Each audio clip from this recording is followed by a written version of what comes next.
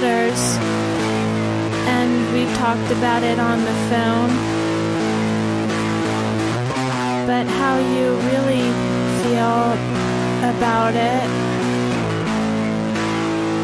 I don't really know.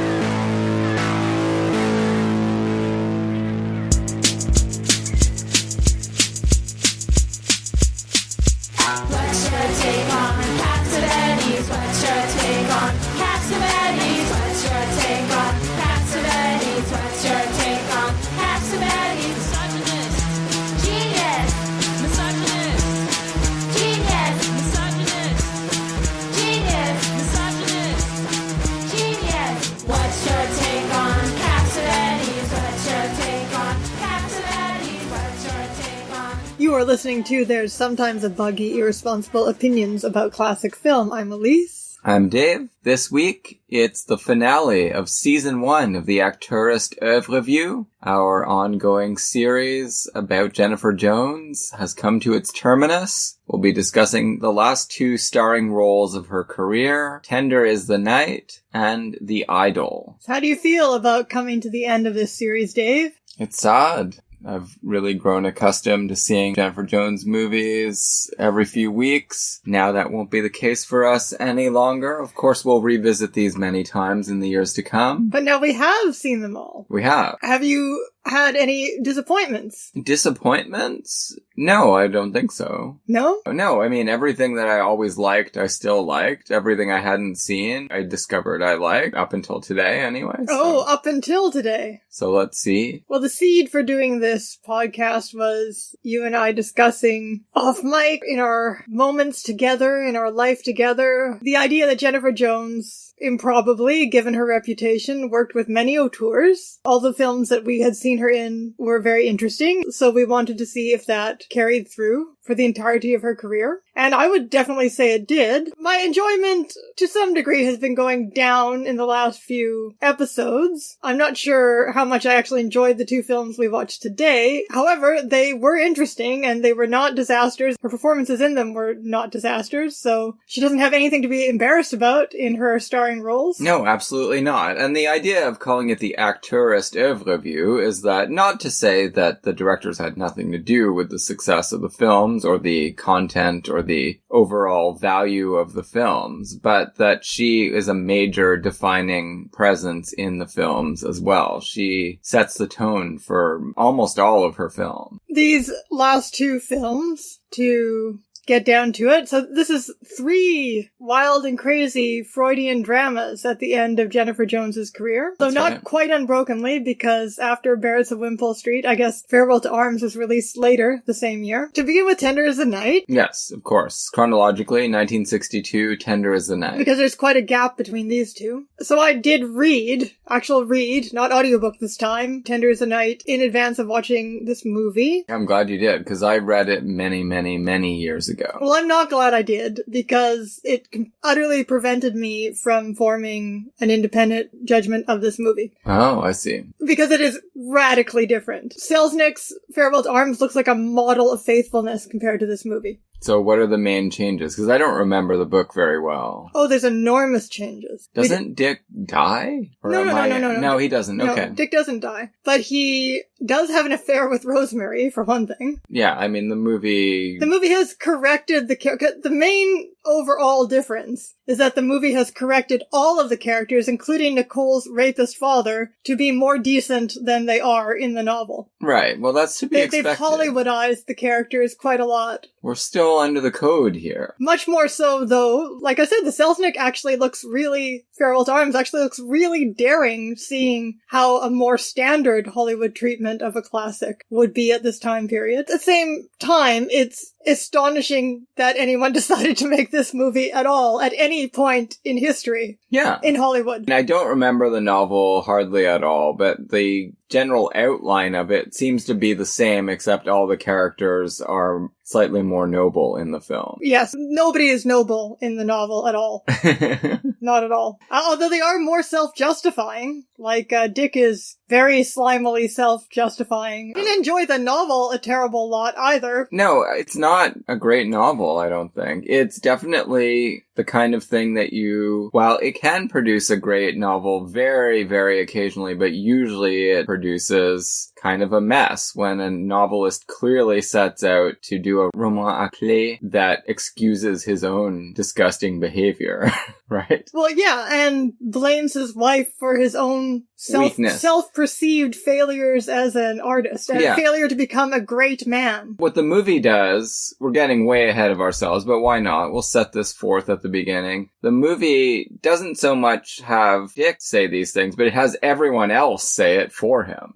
That he has been, it's got a kind of Nietzschean logic, right? The tyranny of the weak, who will drag down the strong, Superman, the noble doctor. Paul Lucas says it a lot, and by the end, everyone basically agrees that's his problem. I don't actually remember that particular language being used in the novel, but I'm not sure about that. But that is the feeling you get from the book. It's more of a kept husband's thing, where he's ruined by her money. Not by her in particular. But it's a very, much more so than the movie, which is about as liberal as Hollywood could get at that moment of 1962. Much more so than the movie. The novel is very misogynist and very racist. Oh, I'm sure. Dick Diver is just a great big ball of racism, which actually the way the movie folds that into one tiny episode. Tom Ewell, is actually quite fascinating for, well, just dealing with that whole aspect of the novel without making the characters as unpleasant as they are in the novel, just unloading it into that one scene. All right, so let's start more at the beginning now. We've got a few things out there percolating. This is directed by Henry King, the final film of Henry King's illustrious career. He was 76, I believe, when he made this film. Longtime Fox stalwart.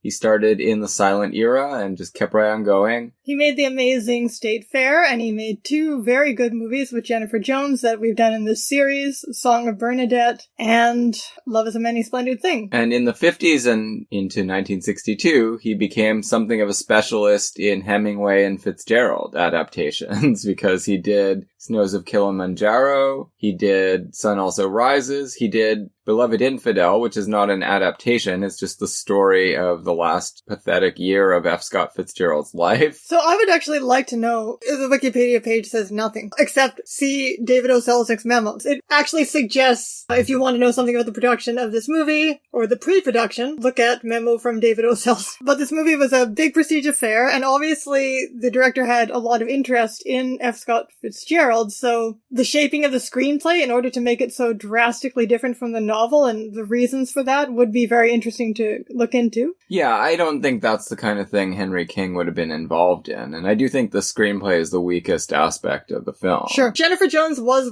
according to Wikipedia, this is what we've got on this podcast, Jennifer Jones was wanted for the role. Well, who could be better in that role? She was incredible, I thought. But many different people were considered for Dick. Jason Robards is, of course, and actually she's the star, she's the top-billed actor. Jason Robards, who, oddly enough, is slightly younger than Jennifer Jones, doesn't look it. A well-known actor, but he never became a big movie star. He was a stage guy more than anything. Yeah, so he's a very prestigious actor for the property, but doesn't seem like the Dick Diver that you would need, which is a man who women are supposed to be constantly throwing themselves at. A Greek Adonis. It says everything you need to know that when Bogart died a few years later, Lauren Bacall married him, and he basically just looks like Bogart again a few years earlier. Yeah, pretty much. So that really, right there, you can't really have the movie you're supposed to have, even without the screenplay problems. But I do think he does a good job of projecting the sense that he is that kind of guy. He's about as good as you can get at acting like you are that when you don't look like that. All the time on the stage, that's what you've got to do. It doesn't matter what you look like. You're going to play ugly, you're going to play sexy, you're going to have to play it all. Yeah. I did find that the bitterer his character got, the more interesting his performance became. Sure. But for most most of the movie he's just playing a kind of decent martyr, which is not interesting to watch. Well, no, but that's the decision they made here. They really hammer home. There is kind of a moral to this film. It's a terrible moral, inhibited my complete enjoyment of the film. Although, again, this movie is a veritable model of feminism compared to the novel. It actually kind of almost superimposes a Star is Born element onto the story. Yeah, and The Star is Born, which, if we recall, David O. Selznick produced the very first version of A Star is Born, What Price Hollywood, as well as the second version, A Star is Born, and kind of made this odd feminist parable a go-to Hollywood structure for story. a man lends his considerable strength to a shattered or weakened younger woman, and then she becomes strong and he becomes a wreck. Without any moralizing about the woman being a vampire or anything of that kind. No, it's all his fault. He's told from the beginning by Paul Lucas that what you're doing is a violation of professional ethics, and we understand why it's happened. It is a Freudian theory and post-Freudian theory. Transference and counter-transference. He ignores all the warnings and he reaps the whirlwind. The character who is coded a fascist because he likes to go off hunting and getting involved in wars. There's no code. He's a fascist in the novel. Well, that's what I'm saying. In the movie, nothing he winds up actually doing on screen seems all that fascist. He's like a mercenary or something in the novel. Well, he's going off to fight in colonial wars. Yeah. And he wants to bring back the Holy Roman Empire, which is extremely fascist.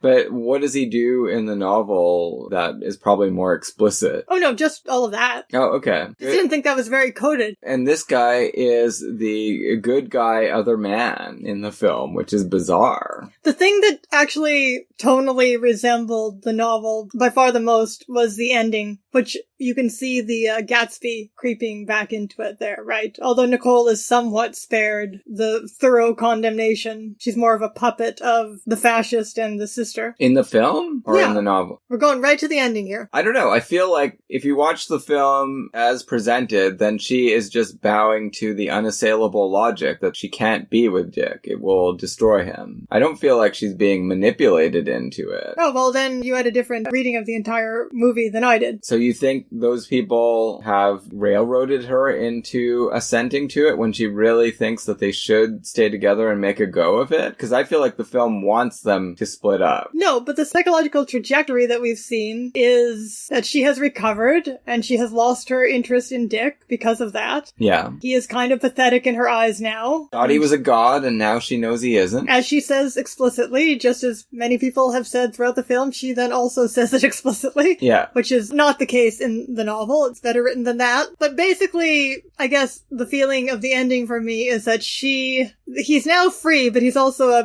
broken man. Yeah, sure. Who will now never amount to anything. And her standing there with the sister that he's always hated, who refused to give him the money to do what he wanted to do, and sent him on his downward spiral. This creep who's now telling him to fuck off and leave your wife to me. That they're just this kind of group of grotesques who will be unharmed by anything that has happened in the course of their relationship to Dick, whereas he has gone off the great man destroy. So that's my feeling about the ending, and why it has that Gatsby-esque touch of the rich destroying the people that they come in contact with. Yeah, that for sure. But on the other hand, I don't know. If they stay together, the movie definitely makes you understand he will die. All right. I didn't exactly see that, but okay, I can see where you're coming from with he's that. very close to dying as is, like just in an accident, or eventually he'll get around to killing himself if he doesn't Sure, have an accident. I just didn't think that's Nicole's reason for. I think she does it to save him from dying. That's how I interpreted it. And yes, she's not headed for a very fun life. Again, I think she's just completely lost interest in him. Yeah, but she doesn't want him to die. She has residual feelings for him, just not romantic ones. Yeah, but I just don't think she's making some kind of sacrifice of him so that he won't die within the marriage. The movie doesn't present it that way. It presents it as she herself no longer wants to be with him and has no romantic feeling, certainly not the kind of romantic feeling that they started out with, whatever that was based on. Okay, so let's say this about both the novel and the movie, however good they may be as novels and movies, they do present a very engrossing relationship situation. I found found the movie quite absorbing. Very complex. The only thing that bumped it down for me was the didactic approach. It's a little too schematic. That is actually faithful to the and novel. I did remember that from the novel. You do rarely see a relationship presented that is this complex in any medium, and I did appreciate that about the novel as well, even if it's kind of morally simplified. So we start off seeing Jennifer Jones, Nicole Diver. It's a beach, so there's a lot of it's in flashback. So we meet them in media res on their sort of extended honeymoon on the Riviera. I've already got some young kids, so it's been a long time, and he hasn't gone back to his job. He was supposed to just leave for a honeymoon and go back to the sanitarium. And they've established this sort of dissipated life on the Riviera with a bunch of characters. Expats, yeah. There's a young Hollywood actress, starlet. Yes. Has drifted in. In the novel, it actually begins, well, the version Fitzgerald wrote, not the version initially published, but the novel begins with Rosemary's perspective, which makes the performance of this actress even more hilarious, because it's hard to imagine her having a perspective on anything. She's sort of doing a Marilyn Monroe voice a little bit. It's actually kind of a genius performance in that she makes you hate her because she doesn't even seem to be able to act as a person. You know, she's like doing an Ed Wood performance as a human being. So Nicole starts thrusting dick at her. I didn't mean that to come out that way, but... Well, she fears it's inevitable, so she just wants to basically cut to the chase and make him have an affair. Well, I wondered what you thought of that, because even within the novel, it's a bit ambiguous as to how much of this she is making happen and how much of it is really inevitable. But it's in the movie, he's presented as such a sterling resistor of temptation that it all seems like Nicole's neurosis. I think that's by design. I think that's how they wanted to set this up. So it's just part of her sickness. Right. And in the novel, it's more like, am I being gaslighted, or am I able to read your mind, which isn't that hard to read because you have a roving eye. And later on, she is proven correct, right? Well, she's not proven anything in the movie. Well, he does seem to be getting up to all kinds of mischief once he finally does go back to the clinic or the sanitarium, and he's driving away all these female patients who say he's been seducing them. We see no evidence of it, so it could be like every woman is crazy as far as the movie is concerned with showing us. Well, yeah, it's possible. In the novel, very interestingly, what happens with that incident with the patient is that Dick admits in his own inner monologue that nothing happened with the girl, meaning that she was throwing herself at him and he kissed her. So he considers that nothing. And it's very hard to know, because this is a roman à clef. It's very hard to know whether you are supposed to think he's crazy for thinking that's nothing, or whether you're supposed to agree with him that that's nothing. Anyhow, Nicole, in the novel, in fact, does not react calmly to this. She isn't ever fully recovered, except her transference to Dick at the end of the novel. That she's cured of. In the novel, her reaction to this is actually to become so upset, especially since he continues to deny it and act like she's crazy, despite what we know that has happened. She crashes the car with their children in it and then, gleefully laughs at him. Right. Asking him if she's managed to scare him.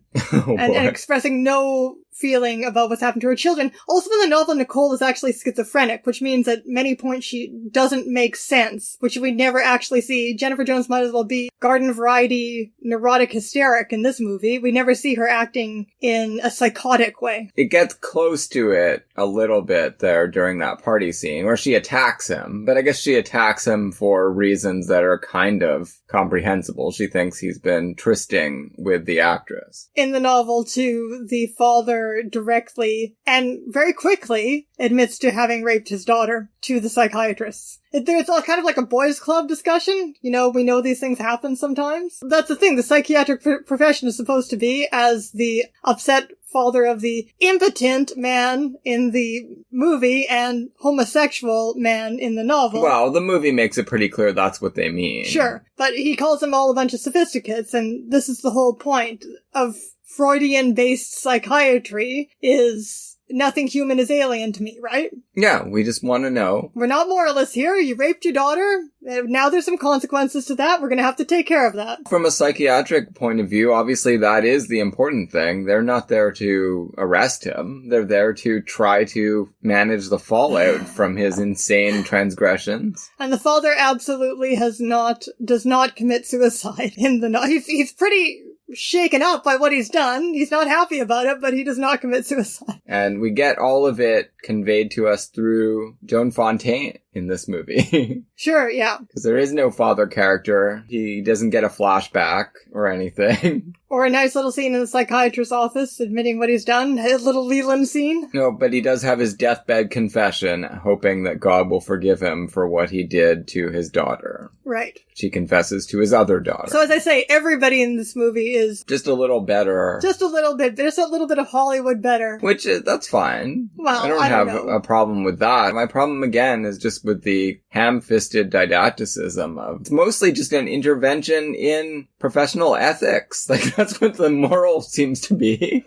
So it really has no kind of a moral for anyone who isn't a therapist. Well, the movie also doesn't really play up enough. First of all, what a sex god he is supposed to be. But also with that, what an extraordinary young talent he is supposed to be. Yeah, well, it's interesting because it's an incredibly long movie, and yet so much of the novel has been cut away. All we get about that, we're told often that he is one of the rising stars in the profession, but we don't see any evidence of that. We see a manuscript he's been working on, and everyone just tells us that he is the innovator at the institute, and the other people are more administrators. But we don't actually see him cure anyone or do any kind of miraculous thing. And again, in terms of dramatic storytelling, CinemaScope is a problem for me once more. It limits so much the different techniques that a director can use. Well, that's true. There's no close-ups, there's very little perspective. It's great for shots of the Riviera. And that's one reason, that was the primary reason that people were using CinemaScope, and maybe the reason Henry King could get this movie made. Actually, that would make a lot of sense. Like, how could he convince anybody to make this particular novel? Well, I don't feel like Henry King would have initiated the film. That's not how the studio system worked. Henry King was a hired hand at Fox. He was the trusted director to make these films. Oh, whatever. Whoever initiated this film, point would have been the opportunity to use CinemaScope to film in Europe. And that's what they do. That is what they do. I guess we've talked enough about the limitations of the film. We've probably reiterated a few too many times that the film reiterates too many times its own moral. Do you have anything to comment on the performances? I thought they were uniformly excellent. Two most important ones, obviously, are Robards and Jones. Well, again, though, Robards has so little to play. I found him fine. Sure. I found him convincing. At the very least, Dick Diver in the novel is not a pleasant character, but he is very complex. I know I use that word several times. The novel is complex. And Jones just feels like a bit of a wasted opportunity here. Really? Only because... if they had really given her, don't want to say more of a crazy character to play. This is one of her less crazy roles, actually, ultimately. That's an interesting way to think of it. I'm not sure I agree with that. I mean, she is very damaged for most of the running time of the film. But then when her recovery comes, it is complete. And of course, that is not what actually happens in the novel. No, but I do think that makes for an interesting film. I like the way she has completely gotten a hold of herself at the end. And for what? Unfortunately, she's probably just going to be a prisoner in this giant Riviera house with her family. Well, yeah, for some reason this woman, how sympathetic can this woman be if she decides that Tommy Barban is the man that she wants to end up with? That is a major problem. Which is, it really also seems like throwing the character under the bus at the end of the novel. That does, for sure. And maybe that was another aspect of Fitzgerald's vengeance. Oh, it feels like that, but... you're gonna go off and spend the rest of your life with an actual Nazi. But the idea is that Nicole, at the end of the novel, not being recovered, this whole long section describing her difficult transfer of her transference from Dick to a new man, because Dick has disappointed her too much. I really feel like the film does a better job with all of that, right? Because it's not vindictive, it's not mad at an ex-wife, it's just a movie. Jones, I feel like she does seem like a totally integrated person at the end. She seems like she's gonna be fine. She's gonna be there for her kids. And she doesn't seem at all in the process of transferring anything like the kind of adoration of Dick over to Tommy. She's just like, well, this is a good fill-in if I need a husband. But she doesn't seem like she's going to be leaning on him in any way, I don't think. No, definitely not. I don't know how that... I can't really recall how that compares to the very ending of the novel, but... It seems to me that... I don't know, I thought you were saying... I just mean the way they're all positioned in the final scene. It did strike me, in the final scene of the movie, it did strike me that she does seem much more apart from the other two characters. Yeah, she's not thrilled with Tommy. She's never been in love with him before, and why would she be now? She thinks of him as an old, reliable guy, but she also extends the same offer to Dick. She's like, we could stay married, why not? It wouldn't be any worse than any other marriages, but it would be for him, that's the problem. If you really look at Nicole as the movie presents her, she's a woman who never has been in love. She worshipped her father, he raped her, then she worshipped Dick, transferring what she felt from her father onto Dick, right? And then he, of course, turns out to be very fallible, so it remains to be seen if she has a future. Does Freud believe that there is a way for a woman to fall in love without some kind of modified transference to a father figure? Isn't that what he believes? Oh, are we going back to this? A major problem? Are we going back to what Freud thought about women's sexuality? Well, the movie doesn't necessarily take Freud's positions. It just presents a bunch of Freudian psychiatrists. If you take the Freudian framework, is there a way for women to fall in love with a man without that kind of transference? Some modicum of transference. You have to, whoever you are, male or female, you have to come to the point of identifying with the same-sex parent, and therefore desiring the opposite sex. Yeah, so all love is neurotic. Oh, yes, Freud believes all love is neurotic. Yeah, exactly.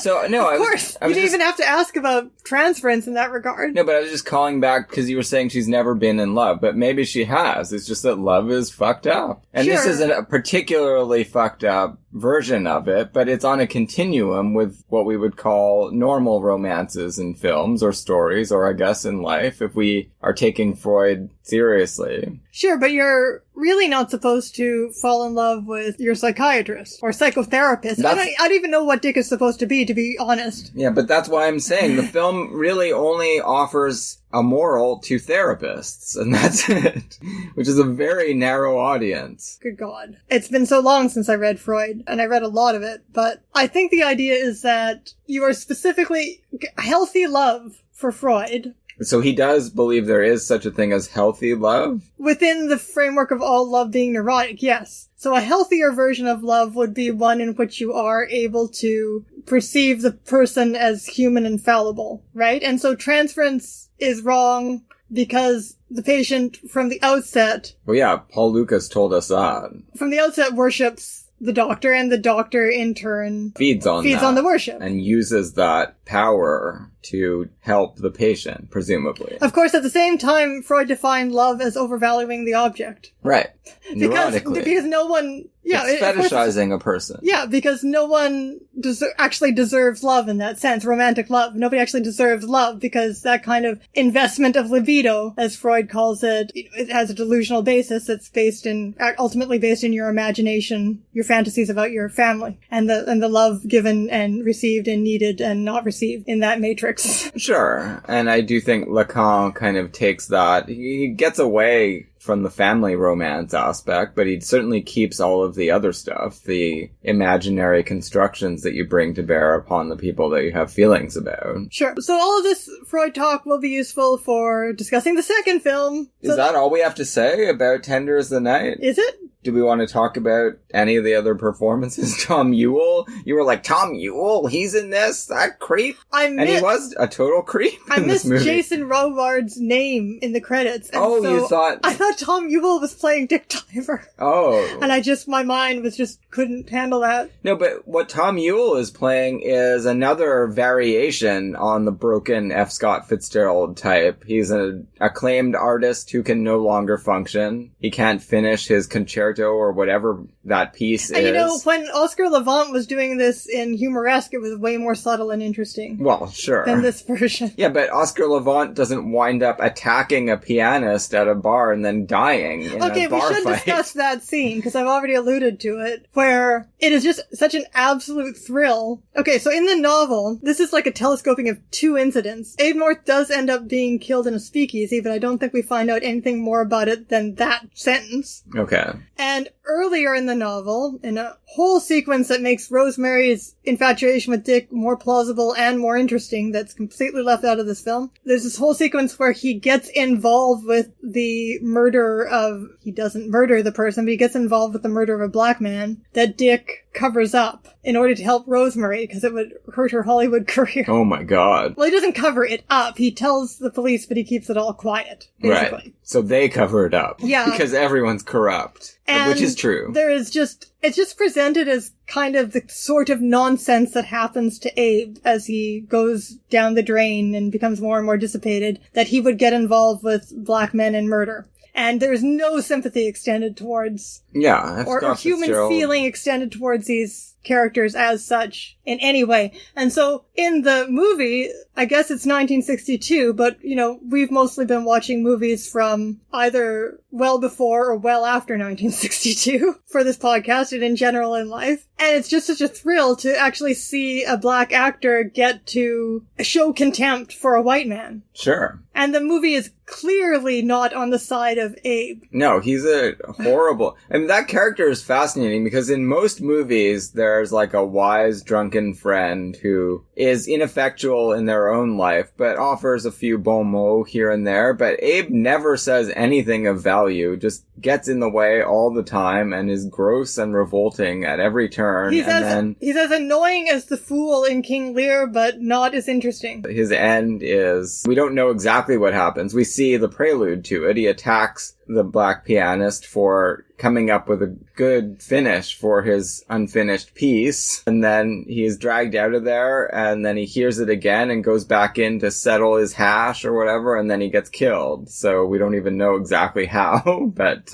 But we think it's probably well deserved. Oh, definitely deserved. Gone back in there to kill the man. But he's drunk and he's Tom Ewell. He's not exactly Mr. Tough Guy. 7-year-itch guy. The man didn't look like Mr. Tough Guy either, but Tom Ewell had to be put down somehow. Yeah, maybe it was just the bouncers grabbed him and broke his neck because they were tired of him. 20th Century Fox, Zanuck, he was like a liberal Republican. He was definitely a civil rights guy as far as that went. The studio would definitely have been changing that aspect of the script to reflect the spirit of the early 60s in terms of race relations. Yeah.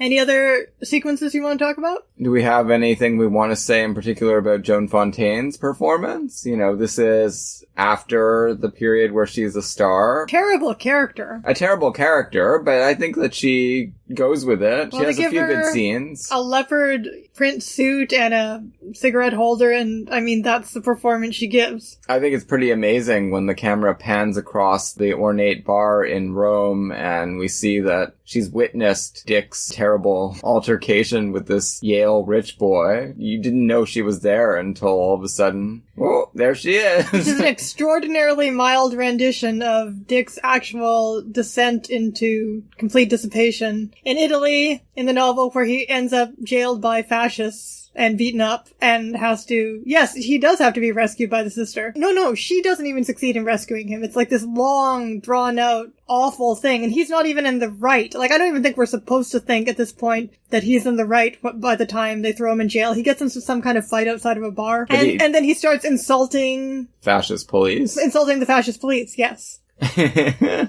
Well, he starts acting like the hero of, or I don't know if you want to call him the hero of The Idol. Right. How about Paul Lucas? You have anything to say about him? This must have been one of his last performances, the old doctor. No, that's a completely thankless part, where he just spouts didactic speeches. It's nice to see him, though. Sure. You know who he is, right? He's a big actor in the 30s and 40s. He is in Little Women. He's the professor. Okay. He is in... No, I didn't recognize him from that. Watch on the Rhine. He's in Strange Cargo. He plays the devil character. Oh, cool. I love that guy. That's a good role. Oh yeah, well he's in Working Girls too, remember? He's the professor in Working Girls that both sisters are obsessed with at different points in time. Good lord, and then I didn't even realize that guy plays the devil guy in Strange Cargo. Yeah, and he won the Oscar for Watch on the Rhine. Incredible. I'll have to keep an eye out for all these different characters being the same person in Paul future. Lucas. I love him. Alright, I guess that's it for Tender as the Night. I mean, Jones has some good scenes in it, but not enough of them. Not enough scenes at all, old does she get? Well, we didn't talk that much about her, I guess, but I think there's more to say about her performance in The Idol. she's playing a character over a span of time because we've got flashbacks. And I think she does an incredible job of seeming like a very youthful sanitarium inmate at the beginning. It was interesting to see her same old mannerisms, including some of the ones she brought to playing the young Jenny. Yeah, exactly. She's 44 in this film. And she's very convincing as someone probably in her 20s who is in the care of this doctor. That is interesting to think about, how we have watched Jennifer Jones evolve as a performer over time to be someone who started out being a very spontaneous and impulsive kind of presence on the camera. Again, not in Song of Bernadette. And then gradually becomes a more and more restrained actress. And again, bizarrely is being accused a lot in reviews at the time of overacting. So maybe it wasn't an in vogue acting style, but to me she looks excessively restrained and controlled and precise in her performances, and just becomes generally more subdued. So it's interesting to see her still be able to call on these girlish mannerisms that she had. Yeah, she can. And I think that that's absolutely crucial to this film, because as you say, Jason Robards does not impress one as a Greek god, but she makes you feel like she has that kind of adoration for him, don't you think? So they call him an Adonis in the novel? I don't even remember that. I'm going off of what you're saying, but he is the object of everyone's attention and affection. I can't remember if he's physically described or not, but yes, he is supposed to be super impressive. Well, she does say, it is a line from the novel where she says, if I don't know that you aren't the most attractive man I've ever met or whatever, most attractive man around, then I don't know anything. Yeah, exactly. Maybe that's not Jason Robards, but I do feel like Jennifer Jones invests him with that glow more than enough to make the film work for me, to make their relationship work the way it needs to for the script to make any sense at all. Sure. As we see her progress, I think she does a good job of giving real shape and contour to the arc that she has. Her progress makes perfect sense to me, and it's all due to Jennifer Jones, because the script is choppy. Well, she certainly does. We do increasingly see her act as the mature presence in the relationship. Yeah, exactly. Her husband collapses and misbehaves all the more, despairing of his ability to succeed in his profession. And unfortunately, the novel, Nicole's not the best written female character I've ever read in my life, but there was a lot to play that just isn't even there, because in the movie, when she's cured, and there's no kind of ambiguity or layers to it or anything else. Right. So, some missed opportunities, unfortunately. Yeah, quite a bit. Quite a bit. To reiterate, the strength of both the novel and the movie is that it does present an immensely complex relationship. Yeah. And that is very engrossing to think about, even more than maybe to read about or to watch, but to just think about what that would entail morally and psychologically. I really like Deborah Kerr a lot in Beloved Infidel, but again, that's another character that would have been cool for Jennifer Jones to play. Is that the... She's Sheila Graham. Oh, okay. That's not the Zelda character? No, Zelda's long gone by... F. Scott Fitzgerald, the last year or so of his life in Hollywood, where he's an alcoholic. Zelda did not recover and go off with another man. She spent her whole life in a sanatorium. No, this is a different timeline that F. Scott Fitzgerald is doing Roman about. It has nothing to do with reality.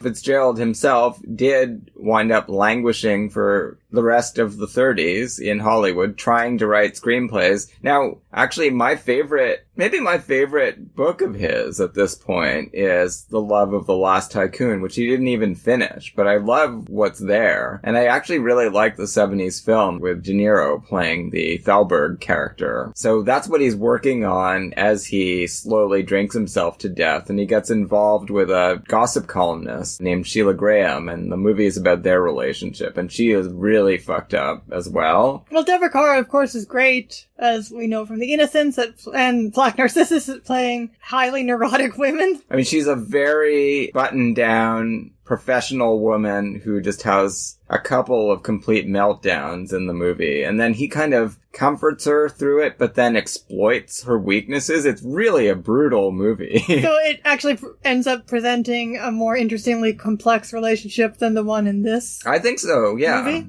Yeah, I think Henry King did more with that as well. He did a great job with the script as given to him. I don't think it could have been directed any better than it was, frankly. So shall we go on to The Idol? This is a fascinating jump. 4 years and just into a totally different filmmaking context. Fox was one of the last studios that continued to operate as a studio, and Tender is the Night still feels like a studio-era film. Now, 4 years later, we're very much so. It even has a goddamn, Tender is the Night fucking theme song straight out of a Cirque movie. Yeah, and it's Bernard Herrmann score. And right. Here, though, we're going to The Idol, which is swinging 60s London. And Wikipedia says nothing about why there is this gap. Selznick's death makes a lot of sense. Yeah, but he died in 65. But he was also sick before that, wasn't he? Well, that is presumably what happened, that he was sick. It doesn't say so, but that's presumably what happened. Yeah. But then she's right back to work after his death. It's one approach to dealing with mourning. But not for long. So that's what's interesting. So yes, completely different context in which Jennifer Jones has only been gone 4 years, but now she's part of the elder set. The elder generation. And she is in fact 47 in this movie. Older than us. Older than us and looking pretty spiff. She looks incredible. She looks amazing. She got the chic short haircut still from Tender is the Night, and she's completely being styled to look like Delphine Seyrig in Last Year at Marion Bad. That's true. This is not particularly a British film. The story is credited to an Italian screenwriter. Yeah, I saw that in the credits. Liberatore. Writer credited on it is American. It was released by Paramount, because we saw the Paramount logo at the beginning. At least some of the producers are American. And the director, do you know what nationality? Oh, damn it, I just gave it away by clicking on it. No, I didn't see. Okay, I don't know anything about it. Daniel Petrie. What nationality do you just imagine that he could possibly be, Daniel Petrie? No idea. Take a wild stab. Anything. He's Canadian. Oh, great. So we just watched a Canadian movie, Dave. We would never have watched it, obviously, if we knew it was Canadian. Our countryman, Daniel Petrie.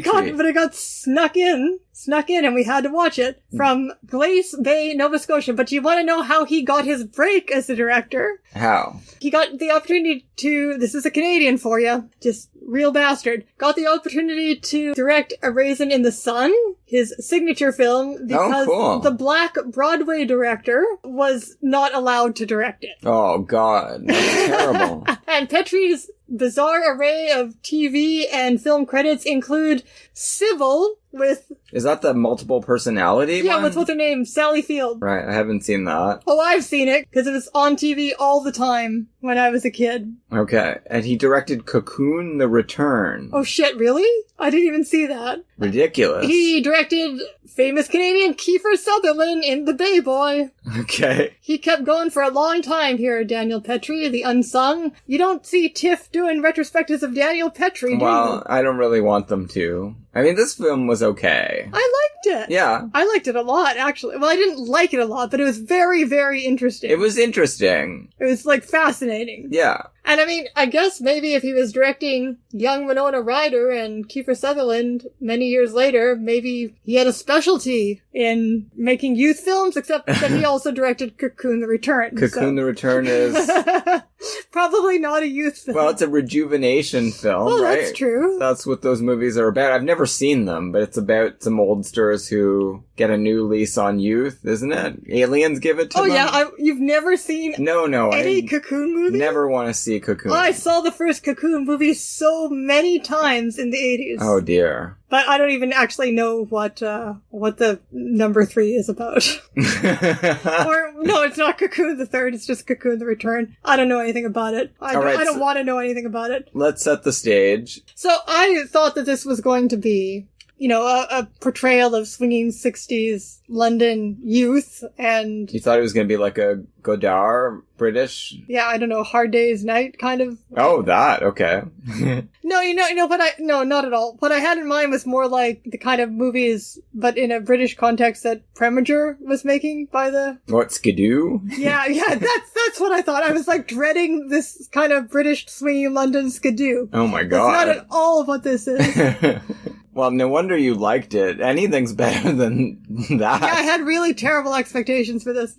And what it is it's a very dark, very, very dark intergenerational drama. Real downer. Real downer. And as such, I thought it was like way more interesting than, say, The Graduate. Sure. Well, I'm not a fan of The Graduate, so I'll go with you on that. No thinking person is a fan of The Graduate. We've just offended many people out there, probably, but If they think about it, they'll know we're right. we'll go on blithely. As we do. Yes. A little more production information about this involving Jennifer Jones. So, the only thing it says here under production for Wikipedia is that Italian film producer Carlo Ponti originally sent Jennifer Jones a script written by Ugo Liberatore, suggesting she appear in it alongside her son Robert Walker Jr., playing mother and son. That would have been amazing. However, Jones was reluctant to play the mother of her own son and declined. Now, come on, like seriously, if you were any kind of a sane parent, you would not want to do this thing. Yeah, Especially well, this script. I would have loved it, though. But Well, we would have loved it. he was too busy doing Charlie X at the time anyway. Joseph E. Levine subsequently acquired the script, had it rewritten by an English writer, and signed Kim Stanley to star. 3 days before filming was to begin, Stanley fell ill. The producers offered the role to Jones, who accepted. So, people were still interested in hiring Jennifer Jones at this point, even if it was maybe kind of stunt casting. But the stunt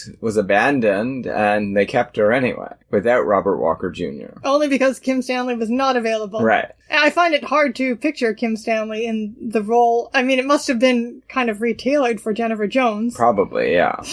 First, we're introduced to art school. That's how the credits roll, and we basically just see a bunch of nude models and painters, and But we they're focus in on one. They're far in the background, the nude models, because it's still only 1966. Yeah, but the code is loosening considerably here. 'Cause That's this- really the most titillating it gets. Yeah, but there's a lot of sex in it that you wouldn't see anything like people rolling around in bed even or waking up from sex in a movie 10 years earlier, right? So our hero, so to speak, who seems to have retained his name from the Italian versions of the script, Marco. is Marco, despite the fact that he's an American. Why not? His parents could have been Italian, who knows? Right, well, I'm a Canadian with an Italian name. That's true. He is definitely the main focus of this credit sequence. We see him concentrating on the model and getting inspiration and slapping some paint on there. And things and stuff. A master. Yes. A young master at his craft here. And he has two friends. And he projects confidence. He's got the Dick Diver energy for sure. He has two friends, Sarah and Timothy. And Timothy is a medical student, and so he and Sarah... Well, he's going to be a medical student. And we're introduced to Timothy in an interesting way because Marco and Sarah, they're headed out to meet their friend. They just talk about him. Well, they're gonna have a picnic. Yeah, but they have to wait. He's in church with Mother. And they sit outside the church and say blasphemous things. And she says, oh, we're so tough, aren't we? We're shocking tough, she says, because she's actually British. So- It's mostly Marco saying things, and she's just kind of going along with him, but more playfully. Yeah. And then when he finally appears, he is trailing after Mother. He has his lovely and stylish, youthful-looking mother on his arm. Yeah, which defies the expectations of Marco, who thinks she's going to be an entirely different sort of person. Sure. So he's right off the bat intrigued by this mother, and the camera definitely focuses on that. I guess, yeah. So you know there's something... I did not at this point think the movie was going to go where it went. Oh, really? I thought it telegraphed it immediately. Okay. It's going to be a strange... Well, only the fact that she's playing a hot mom. Yeah. I mean, that in itself made you think that was a possibility. Yeah, and you've got a playboy character who you already know by the time he meets her, his raison d'etre is to try to sleep with every woman he meets. Sure. So they go off and to the park and have a playful scene, and it becomes clear that they are both interested in the young woman. But she likes Marco. Sure. Obviously, Timothy is a much nicer fellow. He would be a better choice. More subdued and kind of less able to get her attention. He's basically what the fascist guy, he's got the same relationship to her that the fascist guy has in Tender as the Night. Sure, he's just waiting around for this to be over. But he's not a fascist. No, he's He's not actually a pretty likable guy. I like that guy, Timothy. He was nice. Yeah. Yeah. Everyone was nice except Marco. Marco was not nice. And actually, at moments, neither is Carol, Jennifer Jones. No, they're the ones. They emerge in high relief within the first half hour as the central conflict is between them. Timothy is a pawn between them. Now, it's relevant that they are going to see him at this church, because we next see Timothy in some kind of pawn shop or antique store. Not Timothy, Marco, in some kind of pawn shop or antique store where he knows the people. Well, he lives there. These are his people? He's a boarder there. Oh, he's a boarder. Yeah. Right. And he, torments one of the guys that works there. Yeah, for being disrespectful to this statue of an angel or devil or whatever she is. There's a lot of debate about what she is. She looks like a Virgin Mary is what she looks like. She doesn't look like a devil to me. Not at all. But the script tells us that that's something you should consider. And also in the back room is a guy that Marco tries to stump with Bible verses. And Marco makes frequent references to biblical things and verses that, to me, signaled very early on that he is religiously obsessed, and this is, so despite his rebellion, there's some kind of a grappling with morality going on in him. Oh yeah, he's an angry young man. Also, we're told by Timothy fairly early on that he's not really just arrogant. Maybe he's not arrogant at all. He may be more deeply insecure than anyone else. And he's always just inches from killing himself, Timothy says. So I knew he was going to kill himself at the end, and I was not wrong. You know, I remember Timothy saying that now, but again, it didn't telegraph for me. Really? I don't know, for whatever reason. Okay.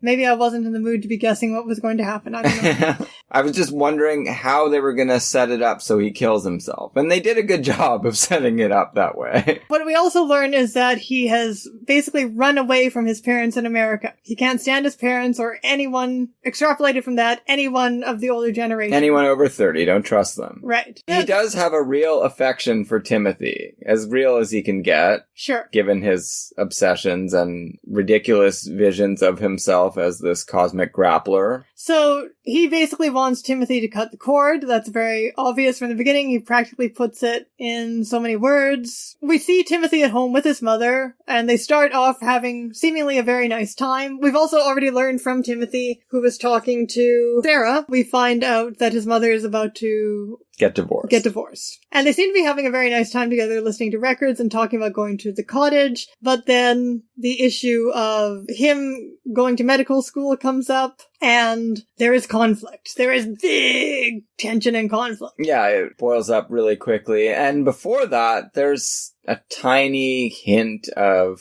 crypto incestuousness, and they're dancing together and they're kind of standing strangely close to each other. Maybe Jennifer Jones didn't want to act that scene with her own son. That makes sense. I would never make this movie with my son. That's like a really dumb idea. Because the way that scene is shot where they're dancing and he's doing his imitation of a Cockney or whatever, it kind of made me feel a bit some Pierre vibes a little bit, like young Pierre and his young radiant mother. Even though Jennifer Jones actually is right age to be playing a character who's supposed to be in his early 20s. Yeah, sure. She's the right age, but she's also a very vibrant 47-year-old. Yeah. And I don't feel like the script is saying there's anything incestuous going on between them, but there's just this... Yes, it is. Obviously. Well, she has smothered him or whatever. Marco just is enacting out her incestuous feelings for her. Sure. But that's only one part of what's going on. I don't think that's like everything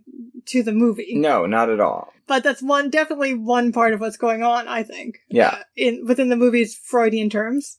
And we've been told by Marco, who we definitely feel like we can trust on these kinds of things. That Timothy actually is a really talented artist, and he's going to waste himself by going off to medical school, but that's what's expected of him by his bourgeois mother. Will he follow through on that, or will he make his own way, which is the way Marco wants him to go? That's the scene in which Marco says that Timothy can have Sarah. Yeah, that's, we get a sense of his cavalier attitude towards women. If we didn't know it already just from the way he's swaggering around, he verbalizes it. Yeah, sure. If you like her too, I won't monopolize. You can have her, but obviously... Well, obviously his first loyalty is to Timothy. Yes. Although it's a very strange kind of loyalty. Yeah. The next thing that we find out about is the nature of his relationship with Sarah, when they're all waiting to find out whose artworks have been chosen by the school's committee to be, displayed in a show, I guess. Yeah, like a group vernissage. He has a very arrogant reaction, and Sarah doesn't get any chosen, and he gets 3, and then they have some conflict, and he is very brutal, shoving her around, and also very verbally brutal with her. Yeah. And the sense, though, that I think the movie does a good job, and it does certainly cheat with the kinds of dialogue you're getting from Timothy about Marco, but it does, and the actor, I think, is doing a good job. Oh, the actor is actually wonderful. Michael Parks, he's like a Shatner kind of guy. A Shatner? I don't know, I feel like he's a bit of a young Shatner.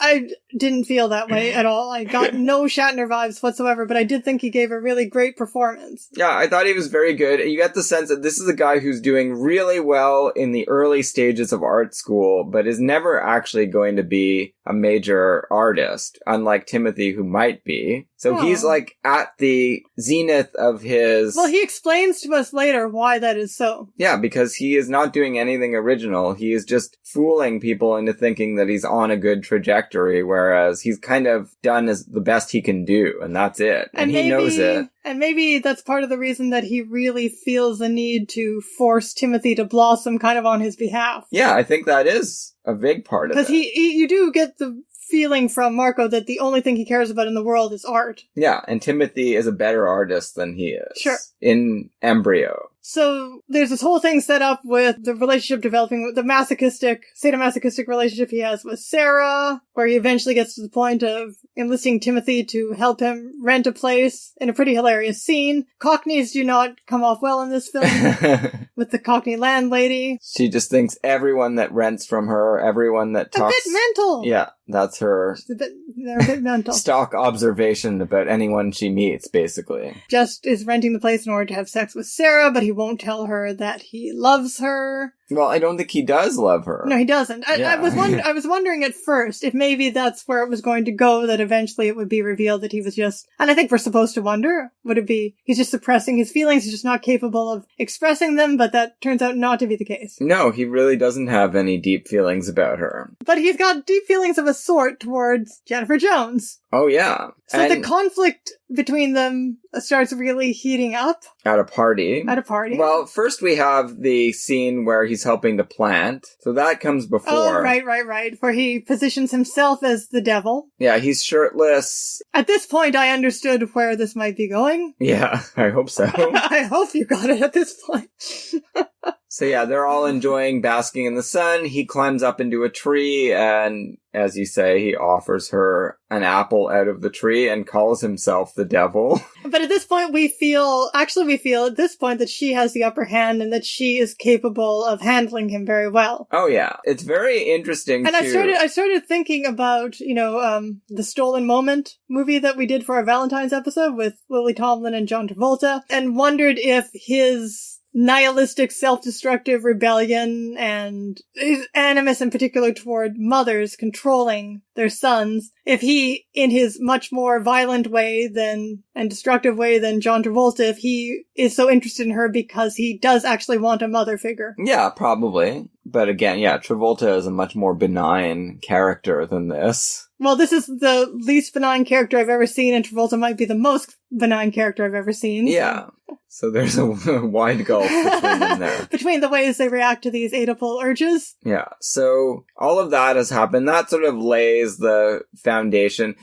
One really important thing that is withheld from us until right at the end, Jennifer Jones is an imminent divorcee, and she's already engaged to be married again to the lawyer who is putting the divorce through. The movie doesn't say one way or the other anything about the former marriage, but it kind of makes you feel like this was all initiated by her and Yes. she's a serial monogamist or whatever. Very late in the film, at the moment where we start to see things a bit more through Jennifer Jones's eyes, we realize that she has been abandoned by this husband, and it totally changes our perspective on her. Yeah. It is very cleverly done. Well, it was actually a little incoherent in that the way they were talking, the kids were talking in the car initially about a divorce. Isn't he the one who, yes, they're going to be married in May or whatever? Yeah, well, that's probably, maybe that's how it looks from the outside, right? But when she tells about what her life has been like, it's that her husband jilted her. She's getting this divorce, her husband cheated on her and left her. She feels like she's not even a woman. She's getting this divorce and she's just going to marry this idiot lawyer because he wants to, and you have to have a husband. It's important before the flower planting scene that we actually meet this lawyer and realize that this marriage is going to be completely sexless. Yeah, it's not going to be very good. She's not into him at all. He's not interesting and he's not sexy at all. No, he's just a placeholder. Right. So the party scene is where things really heat up, right?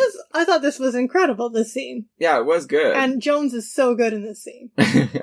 A bunch of things happen leading up to it. He's not wanted there because there's the conflict has found a focal point in the apartment, and she doesn't want her son to leave medical school and move into that apartment. Yeah, which is just a sex den. Sure. So Marco isn't wanted, but she's still allowing her son to invite him, and then he creeps into the kitchen or something. Yeah. And she correctly suspects him of trying to put the moves on her in order to ingratiate himself or play with her mind or both. Yeah. And just tells him to cut out his little boy tricks. Yes. And that infuriates him. Like, this is like the beginning scene of Ladies of the Bois de Boulogne. Yeah. This moment. And then it gets worse. It does. It's a chain reaction of horror here. It seems as though I read it as the only reason he would react so psychotically to this is if, like I was saying, he does desperately need parental, particularly maternal, love and approval. I think that's 100% And so warranted. he takes this as a fantastic rejection. Yeah, yeah.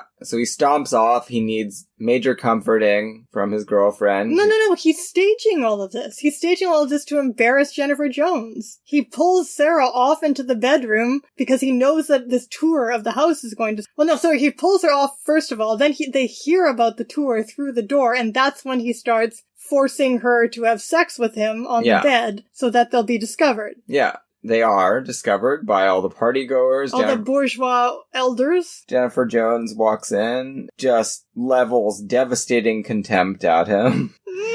I mean, it's very theatrical. She makes him wipe his mouth off with a handkerchief, and then she throws the handkerchief out the window. And this is basically like she has chopped his dick off. Yeah, it's kind of odd, really, the gesture. Way, way beyond what any normal person would do. And maybe you would order people out of your house. I don't know. But you have to feel like already there are, like, intense, destructive sexual feelings between these characters to make this make any kind of sense. Yeah, she's acting like this is a betrayal of her, that he's cheating on her with his girlfriend by doing this in her house. Sure. When he was just flirting with her, even though she told him his flirting was stupid. She's acting like he himself and any sexuality that he has is filth and garbage. But I just absolutely love the force and intensity with which she plays it. She's, like, frightening. She is. And yet... And everyone's looking at her like, what are you doing? At the same time, I was thinking about Jennifer Jones and her acting and her persona with this scene because she has a frightening force, but she has no confidence. She seems so fragile at the same time when she's staring him down. Another actress could play it as just sheer power, and she doesn't have that. No, well, she doesn't want that for that scene because it wouldn't, the rest of the movie needs her to become more and more vulnerable. And this scene shows her at her most imperious, but also it's exposing a major chink in her armor. Sure. After that, it sort of becomes a kind of dance to the death, domino effect. Dance of death. You know, I mean, all kinds of kind of unexpected things happen en route to sort of what I expected to happen.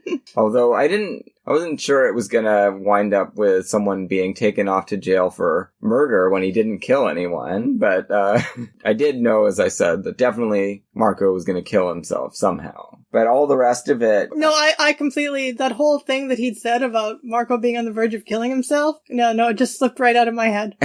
I was not expecting that ending. Oh, okay. Although it did seem logical, given the character, who did not seem logical. No. A few things that intervene, sample scenes of the home life of Marco and Sarah, which deteriorates quite quickly. Although I guess it's hard to tell exactly how much time is passing here, but they're living together for a while, and she seems to be really into it, and I guess she seems to think that he's getting more and more comfortable with her, and then she gets completely blindsided one day, where she gets up after some morning love and goes to make coffee, and he's all of a sudden not into her at all anymore, and tells her he's not going to be there for dinner tonight, and throws the coffee away.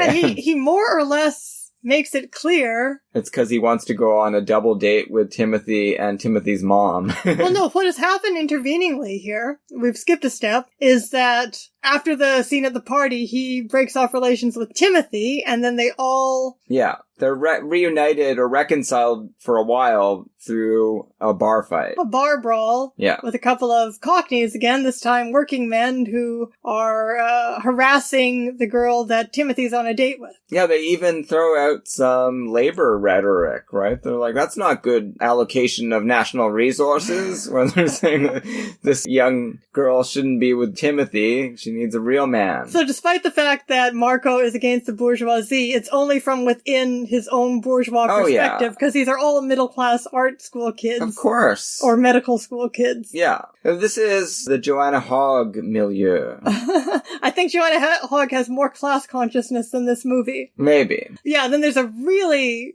graphic, messy fight in the mud and rain. Yeah, it's really quite something. I wasn't expecting this. Where Marco finally decides to intervene and help Timothy and brings him home, and that causes a rapprochement with Mom. So despite that scene with the lipstick and throwing the handkerchief out the window, she and Marco have some new basis for understanding between themselves. And on her side, she seems to have forgotten that she's even done that. And Marco, you might think he's forgotten about it, but we will learn that he has not. Well, it becomes like Washington Square or something, this movie. What she did was so crazy that it would be the kind of thing where you just kind of do it automatically and then, like, it's a completely unconscious reaction. Yeah, like, she's really not holding a grudge. She's done the most she needs to do to avenge herself upon him for having the beginning of sex in a room at her party. Well, it was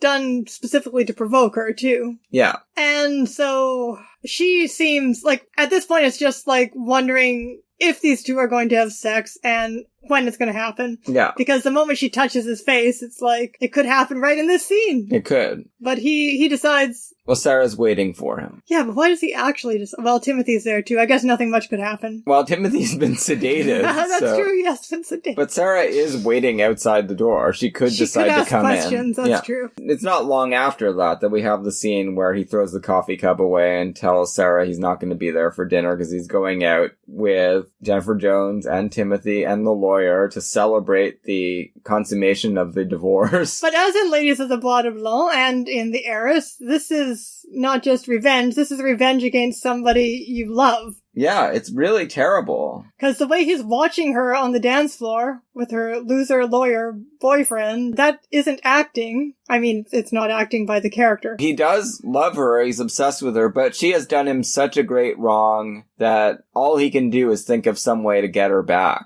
Yeah, the worst possible way. Yeah, and not get her back, I mean, Destroy... into his arms. He wants to just avenge himself upon her. That's all he can think of. And not just avenge himself upon her, but absolutely crush and destroy her soul the way she did his. Yeah, just like what happens in The Heiress, in a way, but in reverse. That is what happens, eventually. Yeah, but it's all about how it happens. So he takes off for Wales for a bit, and then comes back on New Year's Eve. He's never actually told Sarah they've broken up, although frankly she should have gotten the message. Sarah needed to get a clue long before this. Timothy needed to get a clue too. Yeah, people sticking their feet in their mouths, always saying the wrong thing about someone else at the wrong time, and upsetting each other further and further, everyone goading everyone on to complete nervous collapse here. Initially, we're not exactly sure who's responsible for what here, why he ends up turning up at the mother's doorstep. Well, Timothy did this himself. He says, meet me at my house, and then he ducks out so that he can go see Sarah without Marco. So he sets it up so that Marco's going to be alone with his own mother, so he shouldn't have been so upset about what happened. However, even though he doesn't show up with the purpose of seducing this mother, he does show up with a gift for her. Yeah, he does. It doesn't look like anything could possibly happen because she has to go to the airport to pick up the boyfriend, and then they're going out for New Year's. Yeah. However, as soon as she says, I'm just going to change... You know, this is it. This is the moment. Also, the movie is almost over if you're looking at the running time.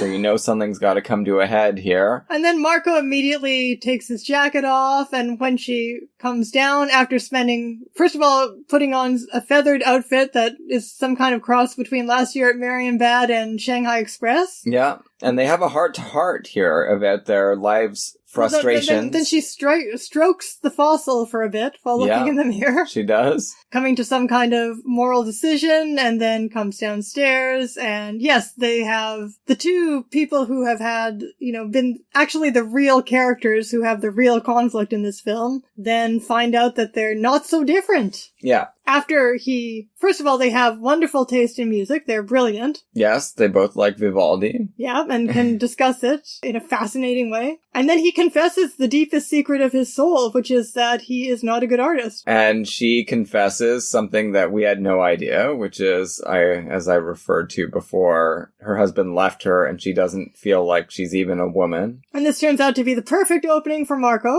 He takes it, and this I did not see coming at all. I didn't realize that he was doing all of this as a gambit to get her back. I don't know if you did. Oh, you mean to get revenge on her? Exactly. No, because Because how petty would that be? But he is that petty. Because he plays it as... sincere. All is sincere, and then finally, he actually loves someone. But it turns out that he really is that fucked up. It's true, he does really love her, and he really wants to stick the knife in her anyway. So to speak. Yeah. It's a Pyrrhic victory in that it's actually more like Dangerous Liaisons, because Madame Mertaille, because in order to destroy her, he must also destroy himself. It's like a suicide vest. Yeah. I don't know. I found this scene really hot. How about you? I find older women, especially hot older women, younger men, especially hot younger men, but it doesn't even have to be that. They don't even have to be that hot, because I find the movie Autumn Leaves with Joan Crawford and Cliff Robertson really hot too. And this is not something just based on the fact that I'm now middle-aged and am creepy,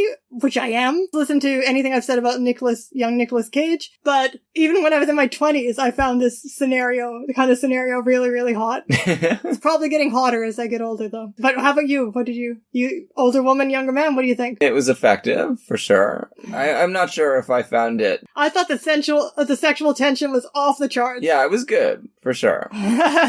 I just hated this guy, though. I mean, okay. But he's very sexy, so I was able to see past that. They do a good job of throwing in a lot of different facets to his personality and things that you can identify with, even though he's behaved abominably throughout the film. The moment when he kisses her, before they go upstairs, I actually found found myself thinking, okay, so finally her character has admitted that she actually needs sex in her life, right? Yeah, exactly. And could this be a moment-by-moment ending after all? Could he finally, like you said, have found somebody that he can love and somehow they'll figure out a way to be together? Well, I thought that briefly, but then I was like, no, he has to kill himself, so why is he going to kill himself? I still thought he was going to kill himself because maybe she wakes up and says, forget it, kid, this can't happen again. But no, she has a very lovely after-sex reaction. No, she seems like maybe she's okay with switching into moment-by-moment gear, but not him. Nope, he's too bitter and petty. He really is. So he gets up, turns on the light,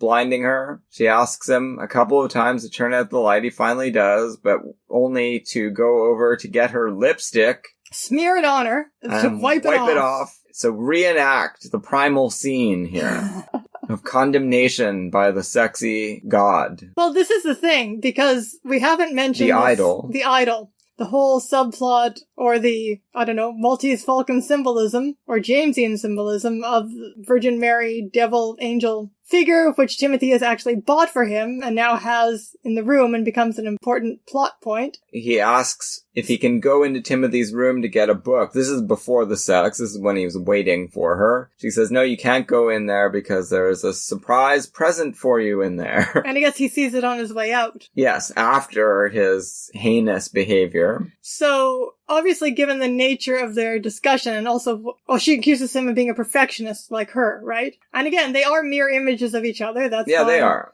That's why it's basically a two-person drama between them. And, oh god, where was I going with this? Oh, and then what he says to her afterwards, after he wipes off the lipstick about all that lovely morality, and no, you're actually the same as everybody else underneath. Yeah. So clearly it is a kind of, I don't know, dangerous liaison thing, but here he's being Valmont instead of Madame de Mortaille, and that he has to destroy the idol that he has built up. Yeah, which is terrible for him because now he has nothing to do but wind up dying. And in terms of generational conflict, the idea, presumably, is that this whole lost, rebel without a cause, 60s generation of youth is destroying the idol of bourgeois morality that they actually need in order to feel safe and secure like the little children they are. Well, I guess the makers of this film would be really happy to see that boomers, which is Marco's generation, wound up totally buying into bourgeois morality eventually. Right. Well, I mean, he's already more hooked on it than she is. She is willing to go bohemian if it feels like she's made a real connection. Yeah, not him. Not him. No. He's a Puritan to the core. So we see him stumbling around drunkenly, and it's kind of paralleled with the New Year's Eve party that Timothy and Sarah have attended. And then when this prostitute turns up, you wonder how many more women is he going to destroy in the course of this movie? There's not much time left, but is he going to destroy some more? That was kind of fun, though, because she doesn't get destroyed by him. She seems to be just as amused by him as he is by her, and her amusement is not of the suicidal variety.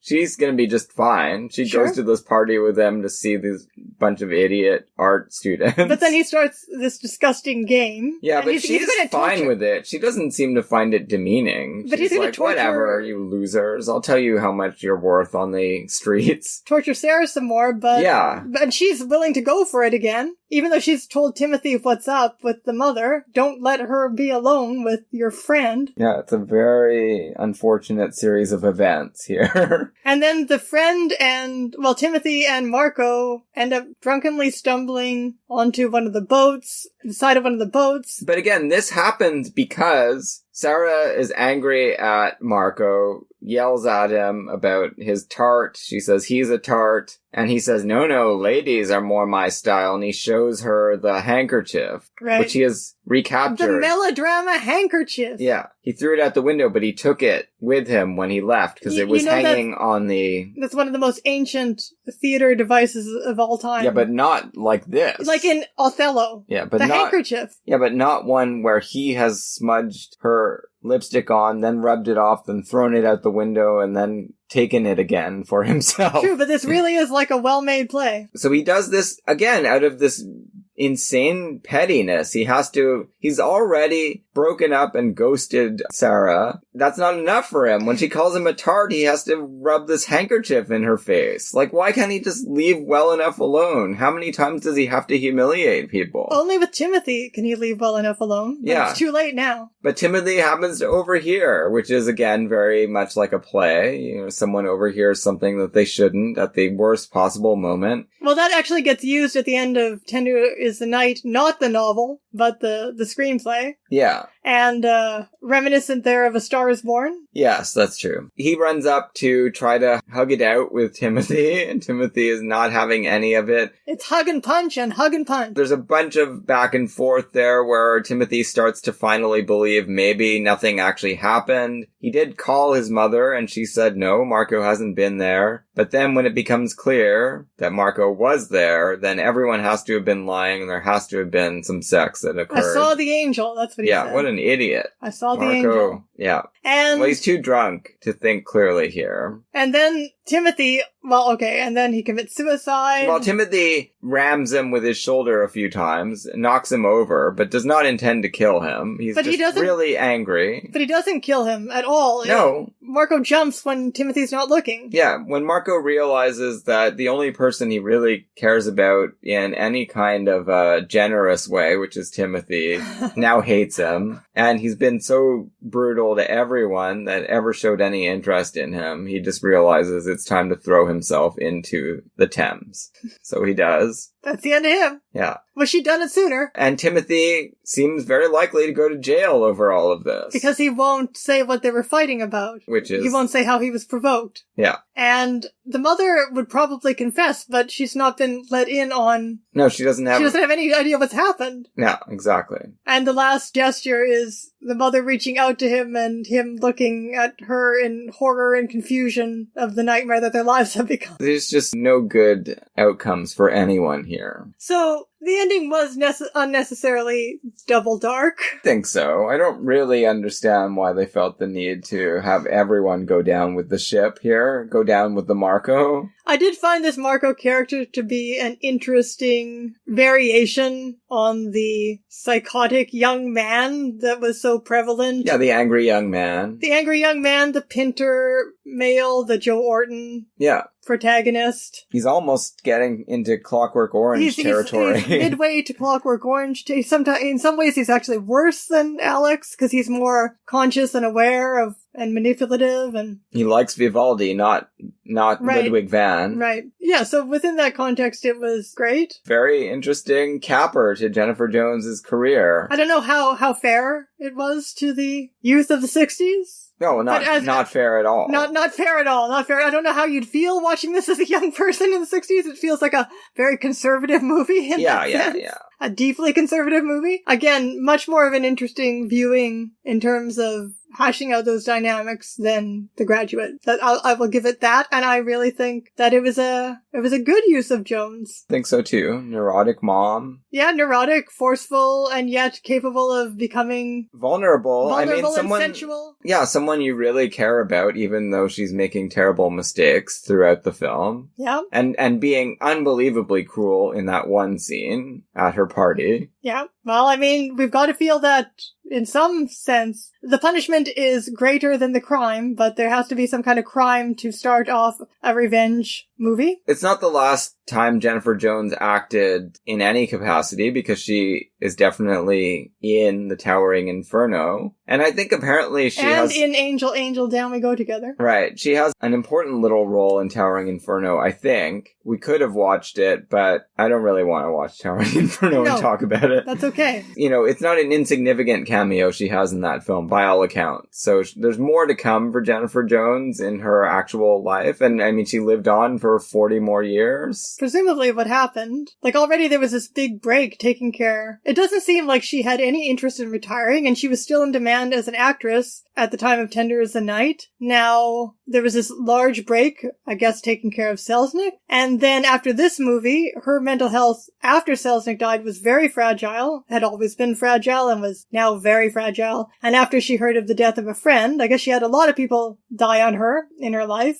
and she did attempt suicide. suicide and didn't get back into making movies until 1969, and it's a different world, and she's even older, and it makes sense that she wouldn't be in demand for starring in pictures anymore. Unfortunately, because I'm sure she could have done some great things if she had been spotlighted. Well, if there were any roles to play other than, at her age, other than sexy mom, if there were any movies starring women, American movies, or... Well, Katharine Hepburn was starring in movies still at this time, and for several more years after that, and she was older than Jennifer Jones, but Katharine Hepburn was... Well, she managed to get into a formula there with Cooker and with Spencer Tracy that helped her stay in movies longer after her famous stint as box office poison and be, respectable box office. Rather than continuing to act, she married a multimillionaire. Always an option. And ultimately, after her and Selznick's daughter terribly committed suicide, became a mental health advocate and philanthropist. So she remained very active for decades after this, but just not in front of the camera. Apparently, during her decades running the Jennifer Jones Simon Foundation for Mental Health and Education, she disclosed that she had been a patient of psychotherapy since age 24. So I guess she would have been bringing that to Tender as the Night. Yeah, well, I think she does a great job playing that character. Well, I don't think there is anyone better to play that role, whether in the novel or as written in the movie. It's just that I wish the movie had given her more to play. Yeah, of course. Always more stuff for Jennifer Jones to do is always better than less stuff. So I guess we'll come back and do our little summary of this series and then talk about what we're doing next. I guess The Idol also makes a good bookend to starring roles for her career, since she started out playing a saint and then ends up as a fallen idol. In Marco's eyes, anyway. Yes. And I guess in the film's eyes, although that's more debatable. I think the film... No, I don't think so. I think she is portrayed as his victim and being much more of a human being than he is at the end of the film. I would agree. She does start out being portrayed as a villain, but as you say, the movie then humanizes her and she ends up in a different place. As much as she has made a bad decision that's going to have bad consequences for her son. Not through her fault, though. She didn't think sleeping with Marco was going to end up with her son being arrested for murder. No, not at all. There's no way to predict that. No. Of all the bad consequences that could happen. No. So what do you think after watching all of these films? Do you have anything that you can now take forward into the rest of your life as thoughts about Jennifer Jones and her oeuvre? Well, I guess throughout the whole thing, I was thinking about the problem of her reputation and at what point she actually acquired this reputation, because she seems to have been an actress who was respected for the most part by critics and in demand by directors and studios throughout her career. So when did this happen? At what point in the critical discourse did this occur? It is very hard for us to know because we have not been systematic in any way about reading back into the contemporary reception. It may just have been that we happened to read some reviewers who were laudatory, while others may have already been saying the things that we hear said about her now, which is that she's some kind of creature of nepotism. And Duel in the Sun definitely is what started all of that, I think, because it wasn't particularly well received, and a lot of people were mad at Selznick for thrusting this weirdo into their field of vision, although I think it's a magnificent film and performance. And there are many who still don't like it and didn't like it at the time. In the consciousness of a lot of critics, it seems, who started writing as auteurism was taking off and film critical discourse was taking off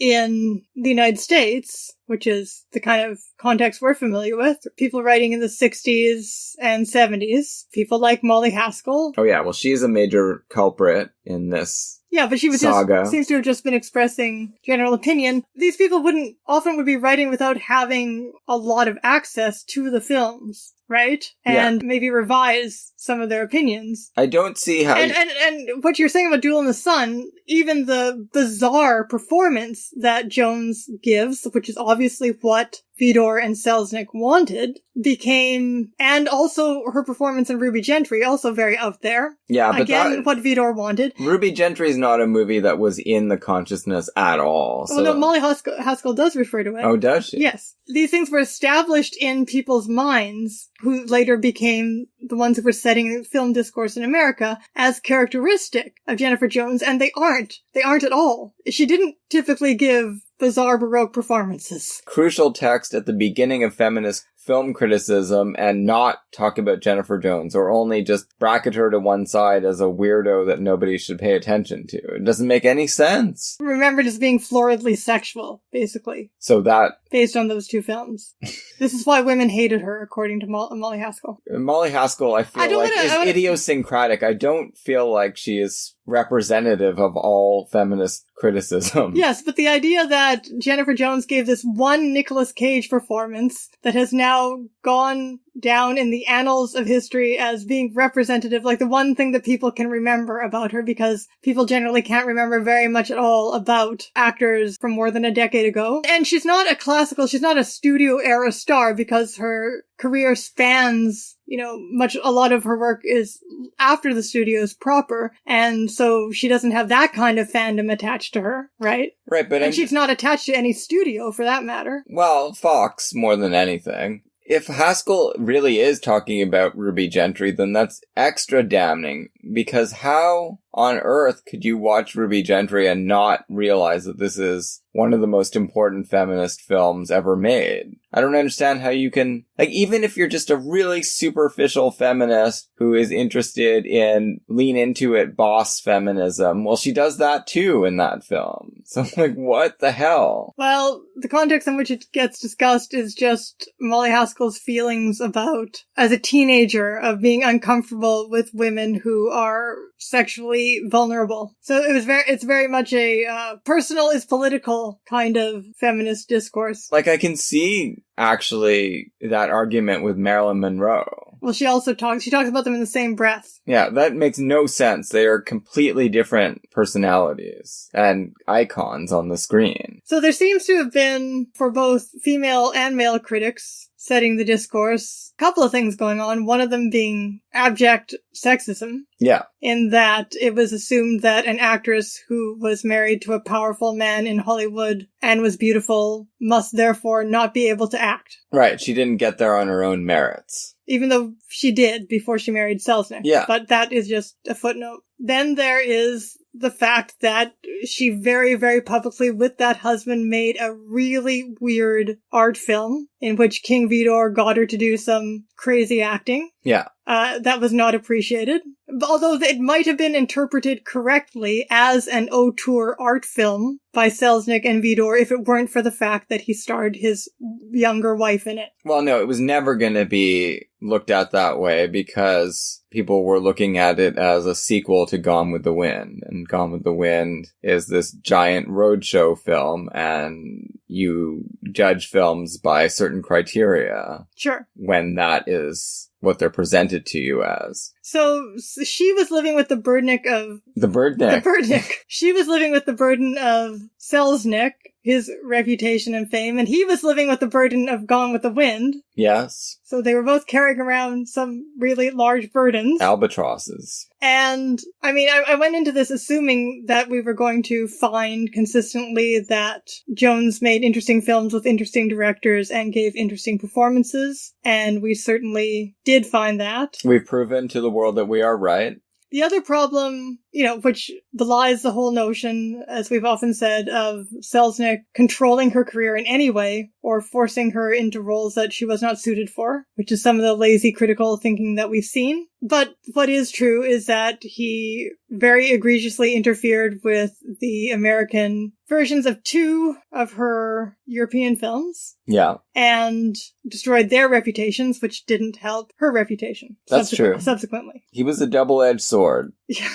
We can definitely say that about David O. Yeah. To himself and to others. But to me, it seems like they had probably a terrible marriage. Very volatile.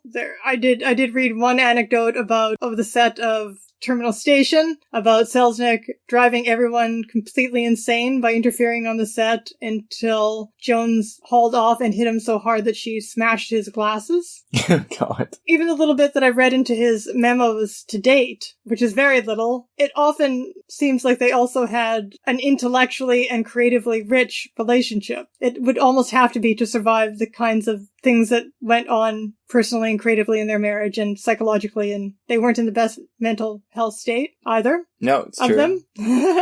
No, on the whole, it seems to have been a net plus that they found each other. Yeah. I mean, if they had only given us, through this partnership, Duel in the Sun and Portrait of Jenny. That would be enough. But in addition to which, he also made Gone to Earth possible, Selznick. He made Farewell to Arms, which I think is incredible. Not many other people do. And other than those examples, and a couple of others, the rest of Jennifer Jones's career was entirely her own and seemingly completely directed by her and the directors who wanted to work with her. Yeah, a major triumph, I think. That's how I would sum up her career. I don't cry sexism a lot, but this was sexism. On the part of critics? Yes, film historians and female critics too. Yeah, major mistakes have been made and the balance must be redressed. I think it is being redressed every day. I think there are more and more people who share our opinion of Jennifer Jones, but certainly not everyone. Well, not just that, but it seems to be one of those things where the air can never be entirely cleared. Like, there have been retrospectives. I think we said MoMA? I found MoMA did a retrospective. There have been retrospectives devoted to her, so people have said this. People have done what we've done here much more... systematically. Well, not just systematically, but publicly. Visibly. Yeah, we're not reaching every home in America here. No, and yet it never... Like, it has to be done over and over again. Once some kind of critical opinion has been established. Every generation needs to have this Selznick myth debunked. Exactly. Yes, you got it, Dave.